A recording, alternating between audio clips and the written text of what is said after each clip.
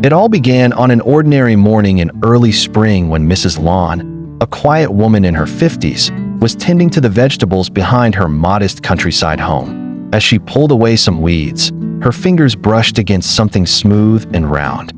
Nestled beneath a leafy bush was a single, speckled egg. No nest, no signs of a mother bird nearby, just the curious little orb resting in the earth as if waiting to be found. At first, she hesitated. It was so small, no larger than a grape, and she wasn't sure what kind of creature it belonged to. But something about the tiny egg tugged at her heart. Unable to leave it behind, she brought it indoors, made a warm little nest out of soft cloth, and placed it near a lamp to simulate warmth. Days passed. Every morning, she checked on the egg, gently turning it, whispering to it like a mother would to a child. Then, on the 5th day, as dawn's light filtered through her window, she heard a faint tapping sound. Her heart raced. The shell wobbled slightly before a crack appeared. With trembling hands, she watched in awe as a damp, feathered creature slowly emerged, a baby quail. Tears welled up in her eyes as she welcomed the fragile life into the world. She named it that for the tiny spot on its head. From that moment on, Mrs. Lawn dedicated herself to caring for the bird. She learned what quails eat, how to keep it warm, and even built a little enclosure in her kitchen. Dot quickly grew from a vulnerable chick into a sprightly, curious companion. Dot would follow her around the house, chirping cheerfully. He'd perch on her shoulder while she cooked, and often nestled into her scarf when she read books in the evening.